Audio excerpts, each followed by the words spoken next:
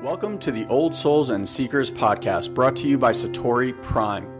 If you're anything like us, you've been around and around the personal development and mindset block quite a few times. You've read the books, watched the videos, attended the seminars, and even worked with a coach or two, and yet you still find yourself searching for more. You may even feel stuck or that you should be farther along than where you are right now. And after doing over a decade of mindset work, we've come to this realization. Mindset work is like a small hit of dopamine that distracts you from your true work. You get these little hits of feeling better, only to be met with the same underlying conditions and patterns over and over again. Now, mindset was an important part of your evolution as well as ours, but it hits a plateau, and now you find yourself ready for that deeper layer of growth and expansion. If you're listening to this podcast, then you're ready to get off that Ferris wheel. This podcast is only for those that are ready to dive deep and do the real inner healing work. For those that are ready to move past more information into actual experiences. If you're looking for more understanding, then you've come to the wrong place. This is a home for old souls ready to fully embrace and remember who they truly are. Ready to make a profound difference in their lives and in the lives of others. So welcome home, dear one. We're excited to be part of your journey.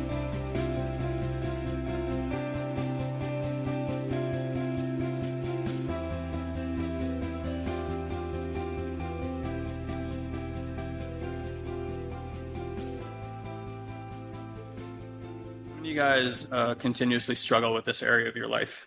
Money is an issue. And then when it comes to abundance, I just want to say abundance can mean a lot of things to a lot of different people. You can have an abundance of connection in your life, an abundance of love, an abundance of health in your life. And so if I say the word abundance, it's not just articulating the word money, but it's far beyond that. It can mean a lot of different things, okay? And so you may want to look at in your particular life, like at least starting with, where do I have abundance? Okay? And the answer might be nowhere. That might be your starting point, and that's okay. And if the answer is, you know what, in a lot of different areas of my life, I have my health, I have great relationship with my significant other, with my children, active, my body is strong. And so just take a moment for yourself and kind of do a little flash preview of your life. And I want you to just take a moment and feel into where there is abundance.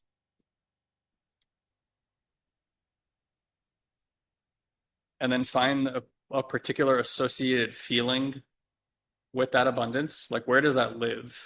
Is that up in your head? Is there an associated feeling in the body? And just take a moment and let yourself kind of bathe and shower in the good feelings of abundance. Even if it's just in one particular area, even if it's very subtle or very small, because we'll take small things. We'll say, yeah, I have that, but it's not really a big deal. Make it a big deal right now. I'm going to do the same. I'm going to find beauty in my life. Close your eyes, take a deep breath.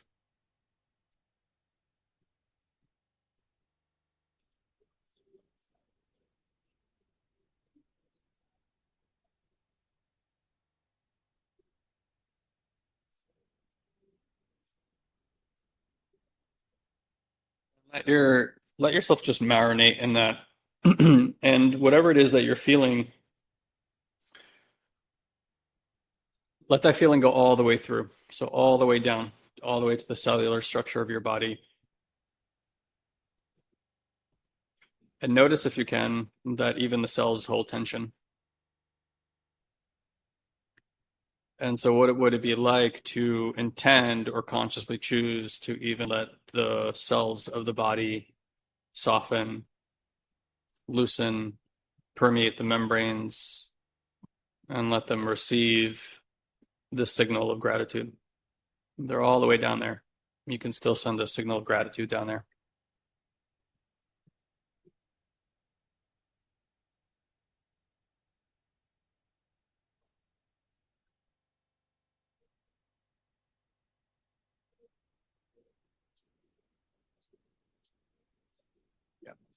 And see if you can also feel not just yourself, but dropping into your body, bring the awareness down towards the back of the heart. And then recognizing that even here in this cohort, in this community, you're part of a community. And what does it feel like to feel into a community of people who are recognizing some abundance in their life, some gratitude in their life? Maybe that shifts how your system is organized.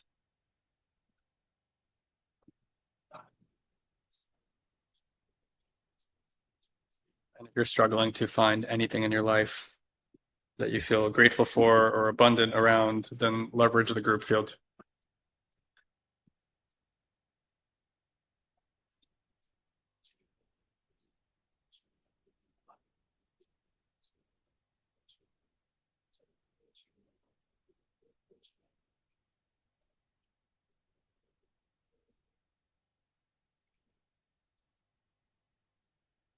Take your time. We're not in a rush to get anywhere. The words I say here today are going to be a lot less important than what you feel in your body.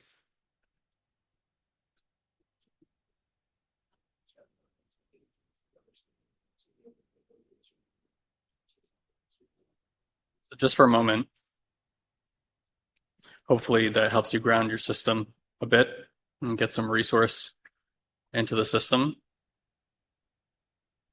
And then if you want, you can listen with eyes closed if you want to participate. You know, of course, getting you guys to chat in the box makes me happy because I get some feedback from you. But bring the area of money to mind.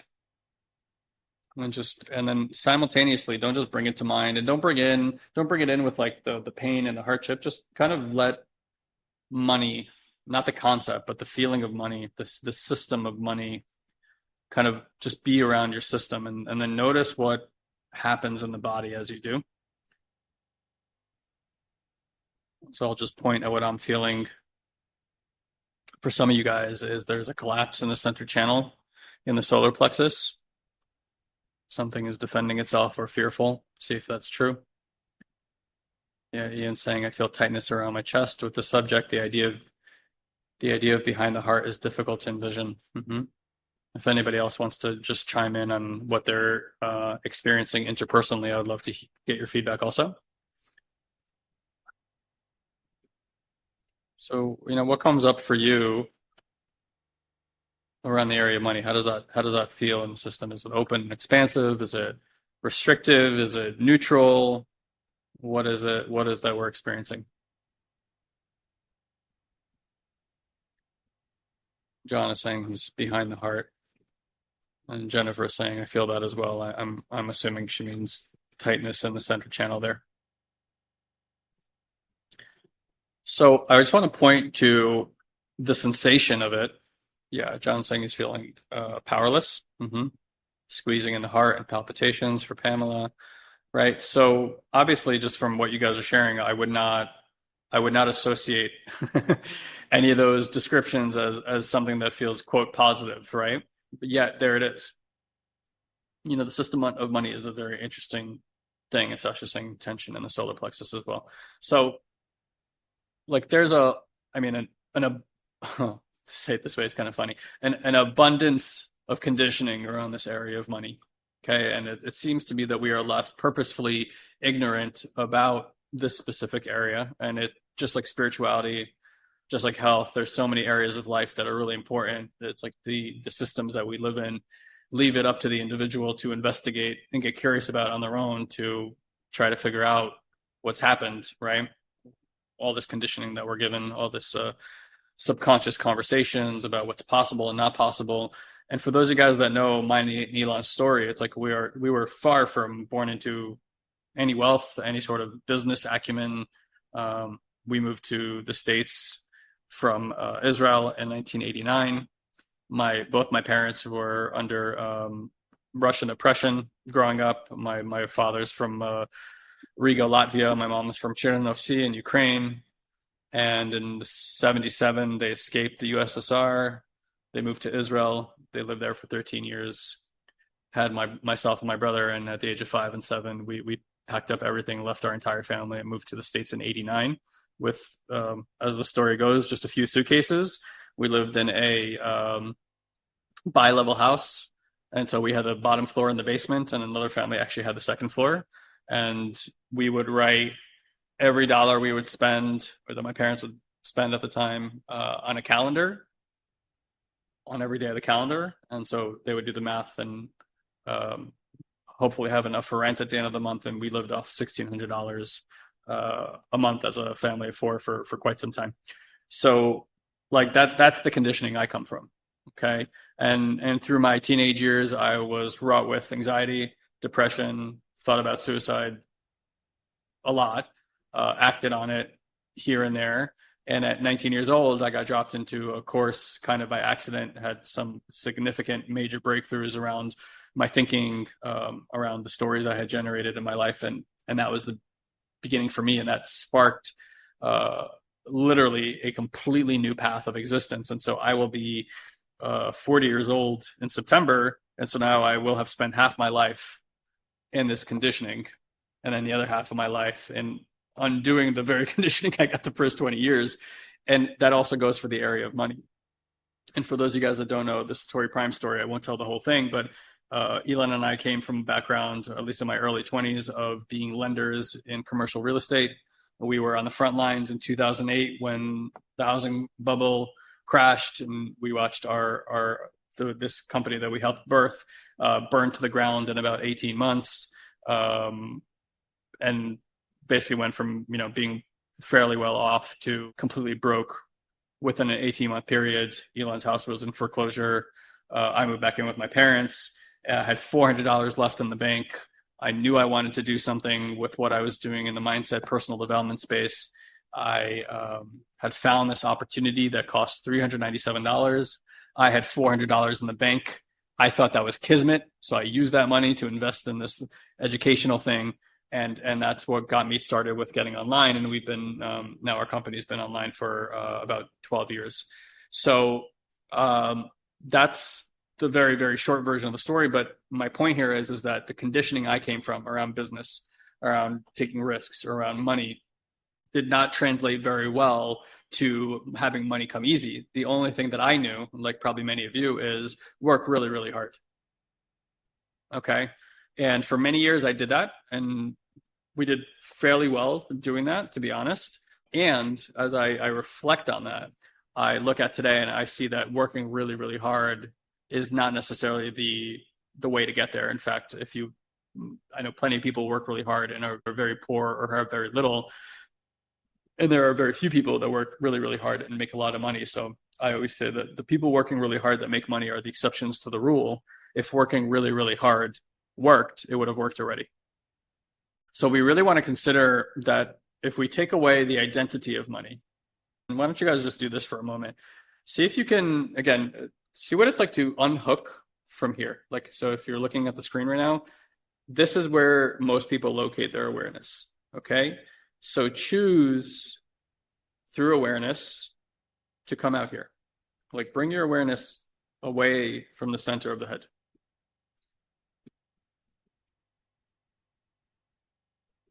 And it might take you a few times to do this. You might even toggle as you do this. You'll kind of whoop over here and then like kind of find yourself back here. So just keep seeing what that's like to unhook. And I want you to notice, if you can, when you're unhooking, that the system relaxes a bit. When you're here, the system is in a state of high tension. This is what we call your localized conditioned mind. If you want to be really, really tense, live up here.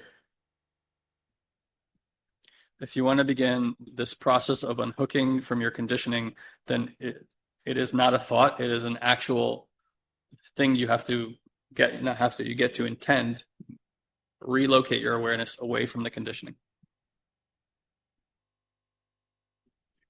And then from there, see what it's like to take like all the identity of money, and maybe you can imagine that there are like bookshelves, or you're in a warehouse space, and take all that identity and just stick it all on the shelf. Yeah, Ian, if you want to think of a little drone outside your head, you can definitely do that. Yeah, that's fine. What I want you to really recognize is it's not a thought. I want you to see if you can notice that there's a qualitative shift in how your biology responds when you move away consciously, when you move your awareness away consciously from the conditioning of the mind. You're going to feel, hopefully, your body relax. You might get a little spacey.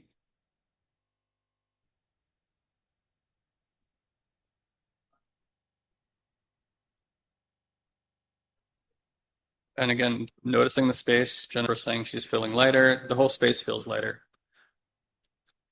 A word I find that's really effective here in terms of quality is there's less density. And try again, like, so just for a moment, come back to the center of the mind, to like relocate to your default state and witness the density coming back. Notice how dense everything starts feeling. This is the world of the mind. Ian says he feels sadness that this thing has gripped him. Well, it has gripped us all, my friend. So you're in good company, as we're all gripped. Okay, so feel the density, and then again, coming away from the mind, coming into the spaciousness. See if you can see or really feel that the quality is changing. There's less density. Yeah, Alicia's saying it feels like gravity to her. So for a lot of people, it feels like buoyancy, like spaciousness. People report seeing white light from here, and the space is empty. This is not a high energy state. This is a state of emptiness.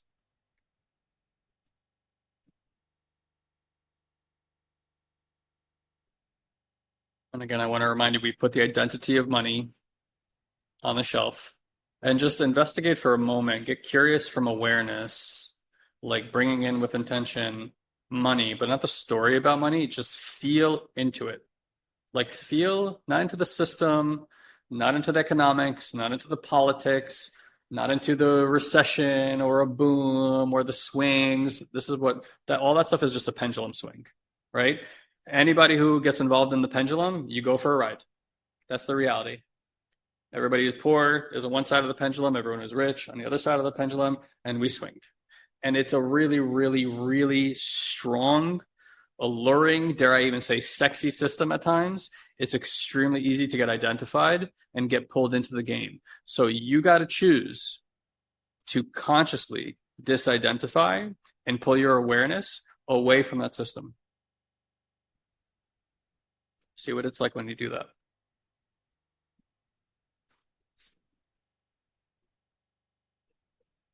If you stay there, you will create more of what you've already created. The conditioning will create the same patterns over and over again. We're here to create something new. In order to do that, we need to create spaciousness, and from space, we can insert our intention and create.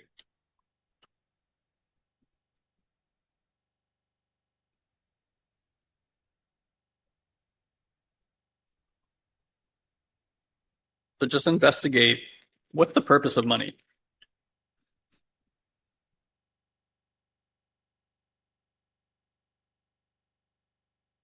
What does it actually serve? Not what does it take away, what does it give? I'd love to hear some of your guys' answers. What are you noticing about money when we look at it through the lens of awareness, not when we look at it through the lens of conditioning? Alicia's saying exchange. Yes.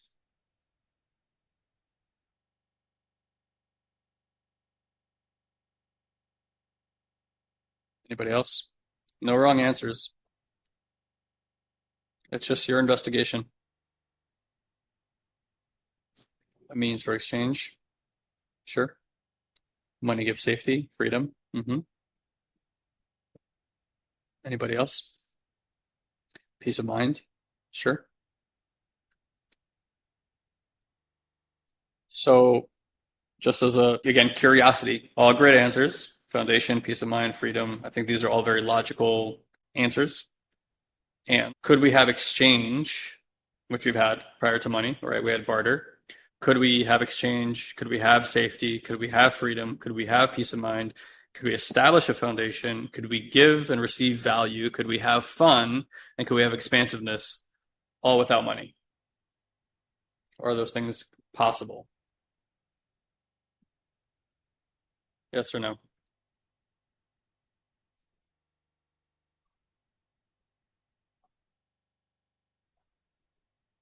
By the way, I'm not saying I know the answer here. This is just all of us inquiring together and maybe trying to go deeper than where we normally go with this, where we kind of sit at the surface level when we inquire about this stuff. Because look, for most people, their contention is, if I have more money, my problems will be solved. I've worked with plenty of wealthy people, their problems are not solved. I think there's some truth to what we're saying. There's maybe a little bit more peace. I still get pulled into that game a lot. Maybe it'll give me some safety. I still get pulled into that a lot. But here's what I want to say. What if you ended up having a lot of money and then found out that you feel no more safe with a lot of money than you did with very little money? In fact, maybe one of the reasons people struggle with attracting more money into their lives is because their system has a certain type of conditioning. It feels safe within a narrow band, and that narrow band is the struggle that they're having. And so if they actually acquired more money, right, if somehow more money came into their life, their level of safety would actually decrease, ironically, and they would sabotage themselves to get rid of all that money so they can go back to an energetic template that fits them. And we do have examples of this left and right, because I think it's something like 95% of people that win the lottery end up more poor within a few years than they were before they won the lottery. This is a grave example of somebody who tried to acquire safety, were given a lot of money, but their container energetically could not handle that level of energy. And so it's a leaky bucket. They get rid of all of it, and they end up back to where the system feels safe. Okay. So what I want to offer is a lot of what you guys are sharing. There's truth to that. And safety is not something you can acquire. It's something you cultivate. Freedom is not something you can acquire. It's something that you cultivate. There are plenty of people who work really, really hard, make a lot of money. They don't feel free, right? Like they have golden handcuffs around them. That's not freedom. They don't know their kids. They barely know their spouses anymore. Their health is in disarray, but they're making a lot of money. It's not freedom, right?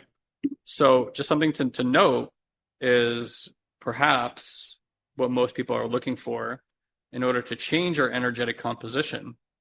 This is the deep inner work that we talk about here. We provide all the time, because in order to have an upgrade in our lives, financially, relationally, we need to establish a new foundation of safety within our system. In order to do that, we need to build, right? We got to build we got to kind of alleviate what's been already there, because we already know what that builds.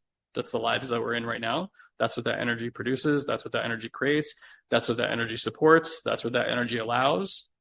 And then there's all the conditioning around that. And so the first thing is to move through that, metabolize that energy, develop spaciousness, and then from that spaciousness, developing new resource, new stability, new foundations, and then manifesting, building, and seeing what arises in terms of our ability to manifest wealth, money, abundance, so on and so forth. So I'm going to say it this way. Money to me, again, if I'm oversimplifying it, but money is the energy of support. Okay. The more resource I have, the more support I can offer myself and others. Okay. So again, it's money shows up to support. And the amount of money that will show up in your life is equal to the amount of support that you think you deserve, or that it's beyond thinking. It's what your system believes it deserves. Now, that belief has come from the conditioning that you were kind of given, right? Mom, dad, religions, countries, cultures, etc., lineage, all that kind of stuff plays into it. Okay. So if we want to shift our opportunity to increase wealth, to increase prosperity, to increase abundance, the first thing we got to do is we got to cultivate a feeling of more support in our system. Generally speaking, what happens for most of us, like think about this, like no animal wakes up on this planet outside of a human mammal without the belief that they're not going to be taken and supported that day. Like the food will arrive, the rains will come, like, animals just kind of intrinsically have that belief, don't they? But a human being does not, really struggles with this. So what we want to understand is somewhere along the way, we mistook our caregivers, our parents, for God. right? Which makes sense. Like this was the all-knowing being, and between 0 to 7 years old, the human brain accepts the reality that it's been presented. If you ever want to know how, like, Hitler's Germany began and things like this, is because the moment you start sending a message into, or Mao's China or anything like that, right?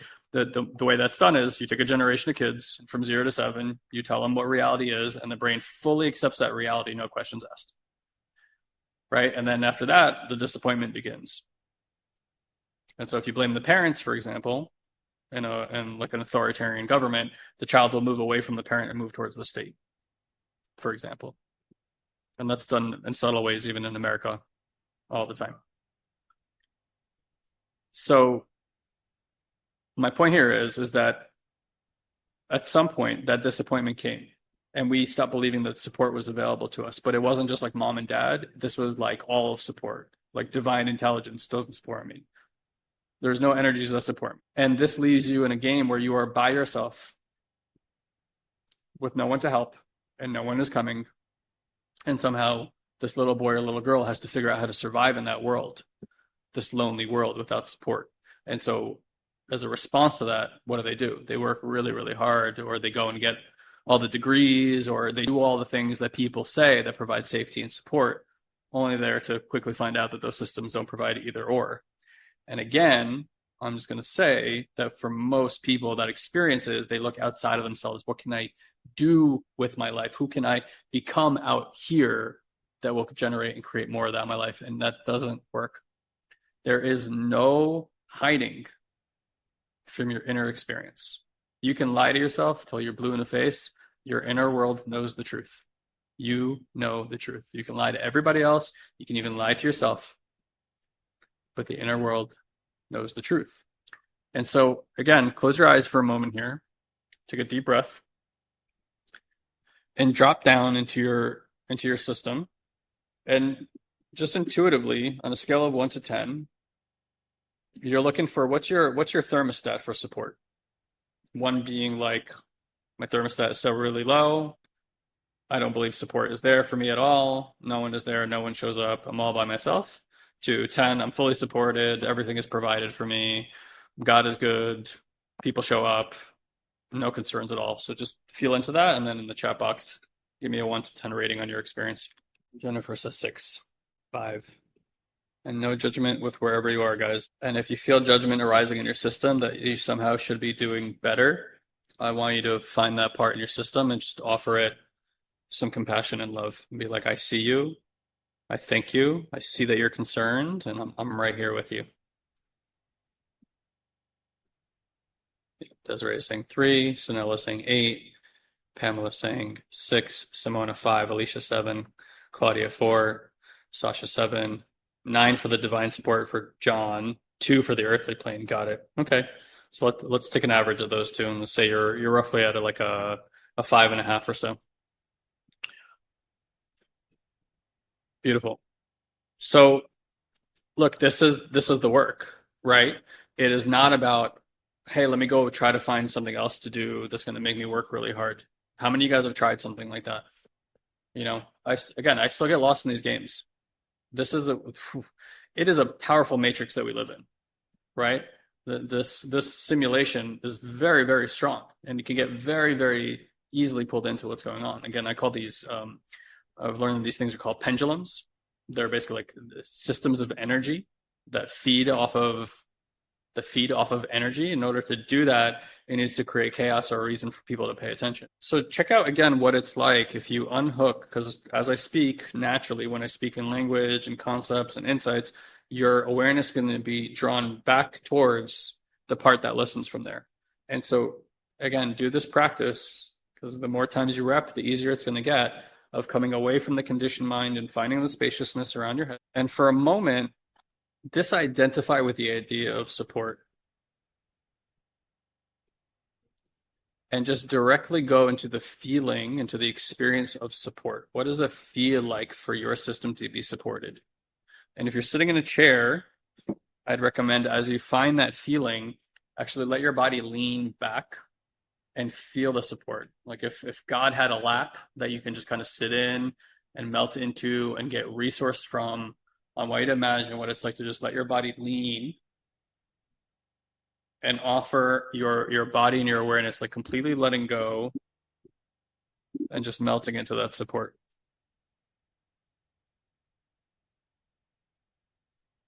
And then again, notice the subtle shifts in your experience, in your consciousness, and your awareness. What does it feel like when I release into support?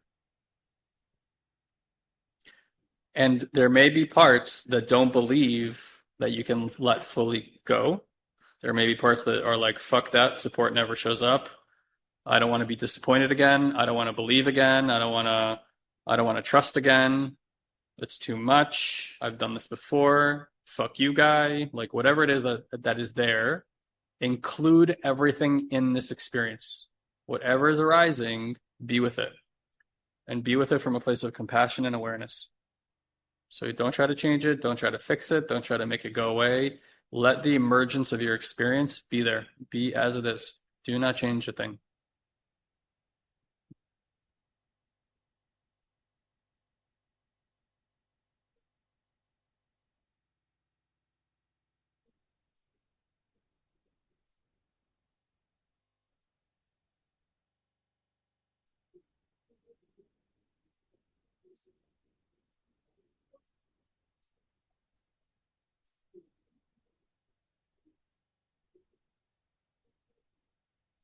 And I just want you to recognize I'm right here with you. I can feel you. I know your plight. I know the hardships. I know how hard you try.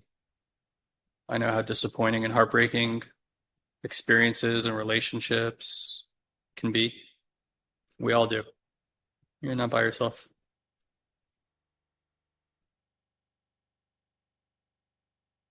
And see if you can notice that you're not by yourself right now.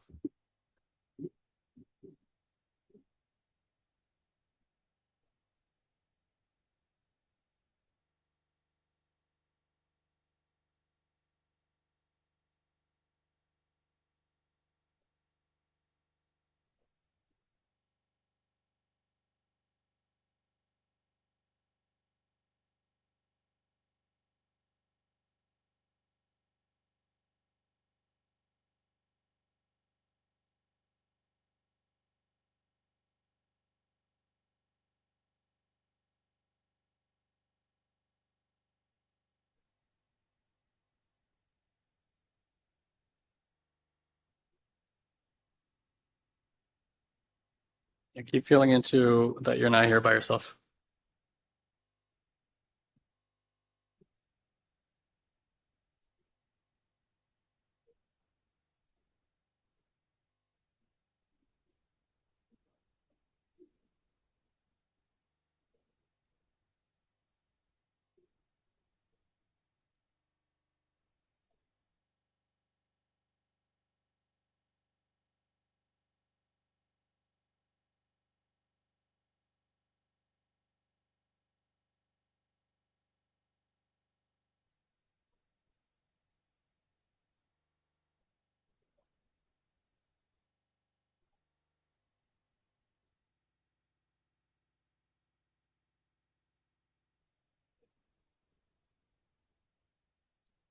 I'll just name a few things. Sasha's saying he feels safe, codependent, yet interconnected. Beautiful. Ian's saying I had a short moment of seeing myself, but it quickly shifted back to me being in myself. So Ian, just noticing the toggle is enough. Notice that toggle. Yeah. And so that's a pattern that you're naming there, Ian. We call that merger compensated, what you're pointing at. So it's fine. There's nothing wrong with it. It's just that pull yourself up by your bootstrap, make a difference for everybody else, but negate your own needs. And usually they're obsolete at this point in time. So the person will work really, really hard in that pattern, make a difference and try to help everybody else. And the belief in the system is if I help others, I will find safety within myself. Eventually, that leads to a collapse in the system, in the solar plexus, and then you feel like no one is there for you. You have like a full breakdown, fuck the world, and then you charge yourself back up, pick yourself back up, and do it all over again. So that's a pattern for sure. And P.S., I run that pattern very strongly. In fact, Satori Prime was built on that pattern.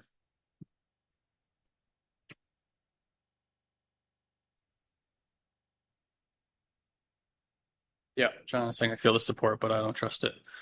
Exactly. So look, here's what we want to point out. You guys are all naming this so beautifully, amazing awareness across the board. Notice, by noticing support, the parts that come forward that don't believe that. That's your work. If you're wondering, how do I get this? That's your work. And it's not about convincing those parts to believe. It's about recognizing that each one of those parts has a need that has not been met. So it is unwilling to let go, and it is not going to trust, and it is not going to change. It's just going to defend what it has always defended. Because somewhere along the way, trust was lost. Somewhere along the way, support did fall out. And the little boy and little girl that needed reassurance, needed attunement, needed presence, didn't get that. And so the nervous system gets stuck in a traumatic loop. There's energy stuck in the body now, and the mind has to, by its nature, react to that discomfort in the system. And the one thing people don't do is they don't learn how to sit with the discomfort. You will not find liberation by going around these things. You will only find it by going through these things. And I know, trust me, dear God, do I know, that feeling into those things can feel like death. It can feel so uncomfortable, like it's actually going to kill you. So I just want to offer this. There's a right and a wrong way to sit with this, okay? I'm not telling you just go sit in and have a little pity party and feel this intense emotion, because there is a right way to sit with this stuff, to let it move through the system. That's what we teach, intuitive mind, L2, L3, right? This is what we work on with people. This is why they liberate, they heal, they transform, because this energetic patterns are shifting and reorganizing and changing to healthier patterns. But the only way out is through. And until you face that inner discomfort, I just want to offer, do you really think that having an intense sensation in your body is going to kill you? It's not. Your ego is going to convince you that that's what's going to happen. This is too much. It's too uncomfortable. But it's not. And when you have support with other people, when you have attunement and presence with somebody else, I assure you, from having done this now thousands of times, that you can go through experiences you never thought you could go through. And this provides the body and the nervous system with the resource and the stability that it needs in order to let go of some very, very challenging experiences. So just sharing from where I sit today, the first 7 years, again, you guys heard some of the story, came from being broke. We built 2 very successful businesses, one in the affiliate space, one in the coaching space. Both were multiple 7-figure companies. 2016, after 5 years of being in the business, we looked at what we were doing. We said, this isn't what we really came here to do. This is not really our heart's purpose. We enjoy it. Entrepreneurs, marketing, sales, fine, that's good. It's helpful. But like our real intention was always to teach what we're teaching now, is to bring through this healing work, this transformative work, growth and mindset, responsibility, integrity, how to go to higher states of consciousness. And even back in 2016, we didn't know we were going to teach some of the stuff that we're teaching now. That kind of came on its own. And we gave all that up in 2016 and basically restarted our company, thinking that it's going to take like 2 months for us to recapture our income and have all this following. And it was nothing of the sort. 2016 was like hitting a full reset button in our company and starting it from scratch. And so another twist of fate for me was suddenly getting married, which I didn't expect, nor was really interested in at the time that it happened, or having children. Like all that stuff kind of came in a beautiful miracle, to be honest, on its own timing. And that also put me in a situation where I had not planned for that. I didn't put money aside. I was just traveling the world. In 2016, before the year I met my wife, I had traveled, I think, close to 150,000 miles around the planet that year. So I was living a very good life. I'd completely stopped looking at how much things cost, like I was being provided for. And then suddenly 2 more people were living with me, right, off of my work and stuff like that. And I wouldn't change that for the world today, but it has put me into a situation for the last 4 or 5 years where it's been a wild ride financially, if I'm being really honest with you. And so this work that I'm offering here is the work that I've done every day. And Trust me, I have wanted off this ride 5,000 billion times. It's too painful. It's too much. But every time I come back to the same thing, I'm being given this moment, this opportunity in my life right now to liberate myself from things that have been deeply, deeply put into my system about some very, very intense fears. And I'm not talking about just fear of money. This is like lineage-based fear. Like I come from a very Jewish background. When I did my 23andMe, which is like the DNA test, I came back 97.6% or something like that, Ashkenazi Jew. Like I'm a pure Jew. Like going back to my grandparents experienced the Holocaust. Like this is in my lifetime, right? My parents lived under significant oppression in their lifetime. This is not stuff that's so far away from my lineage. There's been a lot that I've had to break free of. And so all this stuff has come back around and I'm like, wow, this is really uncomfortable. And I could tell I'm carrying around this bind. I'm carrying around this prison inside of me. And so at this period of time where maybe I don't have that freedom that I had financially speaking, it's also pointing at something in my system that's bringing forth the type of freedom and support that I've never experienced before in my life. But I've had to sit with all the parts that have been pissed off for this lifetime and perhaps many before it, that they are not getting their needs met, that I'm not showing up for them, that they are not opening. And for that, I'm very grateful for. It's been a huge opportunity. Let me just see real quick. Yeah. So Alicia's asking, could I talk a bit about energetic transmission and reception as they relate to abundance? Look, my work today is I try to stay away from trying to focus on a particular area of my life. You know, it's not like, oh, okay, I really want to make more money. Let me like squarely focus on that or this. Like I'm at this place in my work where I can just trust that whatever is arising in my experience right now is the perfect experience for me and has the most opportunity for my growth and development. So I never pick an area of my life in particular to work on. Having said that, there's nothing particularly wrong with doing that either. If you bring money or abundance to mind, again, I'd like to separate these two because abundance, again, you may be very abundant in some area of your life. And if you took more time to sit with that abundance and let yourself actually experience healthy pride for it, it may do wonders for your ability to alleviate some of the tensions that you feel when it comes to money. But if you pile everything into one big thing, you know, and money's not there, you're going to constantly think, oh my God, I'm not an abundant person. I don't have anything that I want in my life. And that's the loop you're going to create and manifest from. So I would be careful of the dangers of lumping things together. It's why we create distinctions so that one thing is distinct from something else. And then, you know, if we create, for those of you guys who've done L1, a distinction from responsibility to blame, if those two things are collapsed, it's nearly impossible to take responsibility. But if we make those things distinct, responsibility is like, sure, I can do that. Of course I want that. I want to be able to see that on the source of what's being created. So I have an action I can take around that thing. So if you want to bring it to mind and you want to bring it into meditation or you want to bring it into mini, for those of you guys that do that, bring money to mind and your body's going to respond the way it always responds. It's going to collapse somewhere. There's going to be some discomfort, and then have that be witnessed through your own awareness, have that be witnessed through the presence of an attunement of another. And you're going to see that part gets resourced, finds stability, and then let's go. Okay. And it's not like there's not one part inside your system that's concerned with money. There's like a deep entrenched lineage based, you know, thousands of years of humanity going through very, very difficult struggles and suffering around this that have been passed down to you as well. So this is the work. Like you want to glimpse this as often as you can. And the more you sit and glimpse it, the more freedom you're going to have around it. You know, you're hitting the sweet spot when suddenly the concern of money just disappears and nothing has changed yet, but you suddenly don't seem to give a shit at all. You're just neutral. You're neutral about the whole experience. It's that kind of feeling like let the chips fall where they may, let bygones be bygones. And every single time I'm in that spot, what happens next is like, boom, like big impact. A whole bunch of stuff happens in my life that shows up for support. It's almost like, if you want to call it God or just supportive energy or divine intelligence, it's irrelevant to me. But it's like, it almost seems like that energy meets you in neutrality.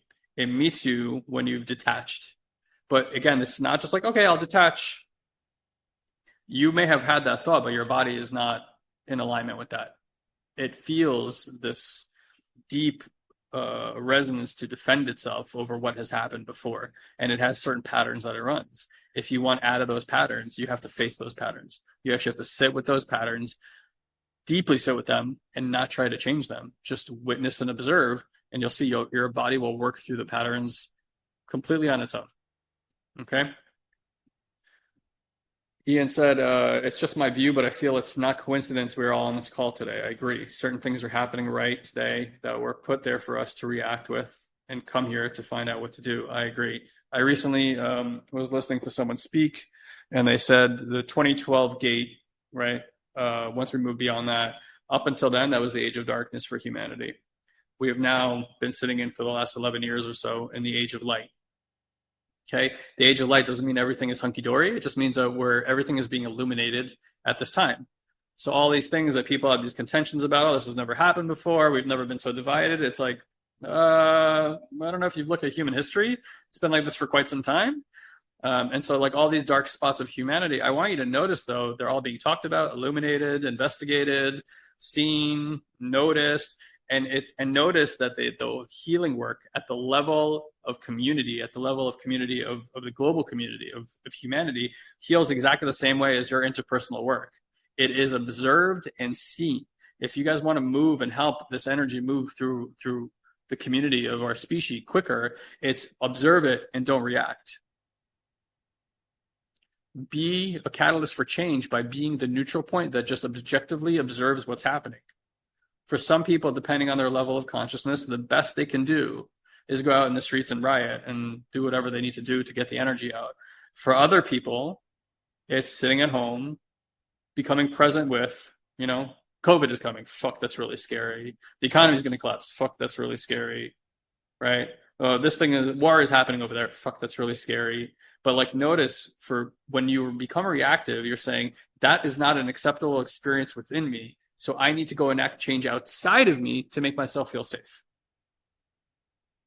And then you're in a losing battle because you need everyone to agree, feel, and think like you to get to that safety. It's never going to happen. But when you sit there and you feel, and if you guys can do that, like feel into that discomfort in your body, it's only a matter of time. Just like everything else that a human does when they have to face a truth, that's going to move through your system.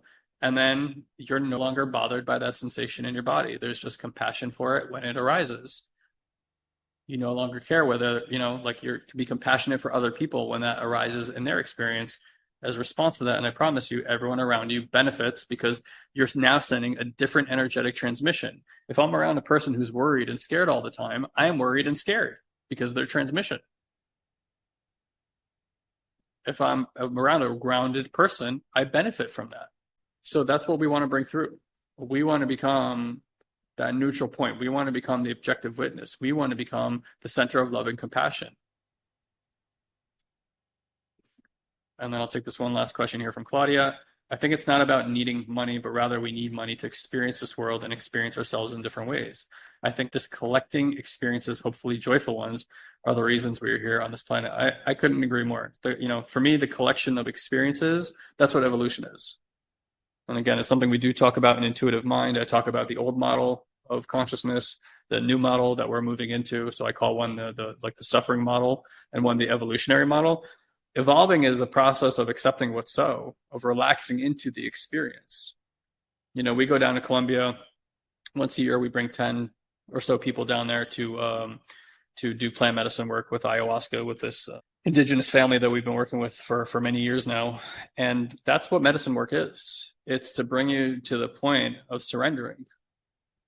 Everything about your life that you're suffering is just things that you haven't surrendered to yet. And again, surrendering it's not an idea. It's not a concept. It is a quality of your experience that you come to. And it is literally a quality of surrendering. And when you do, your body can go to work on metabolizing what science and psychology call a trauma.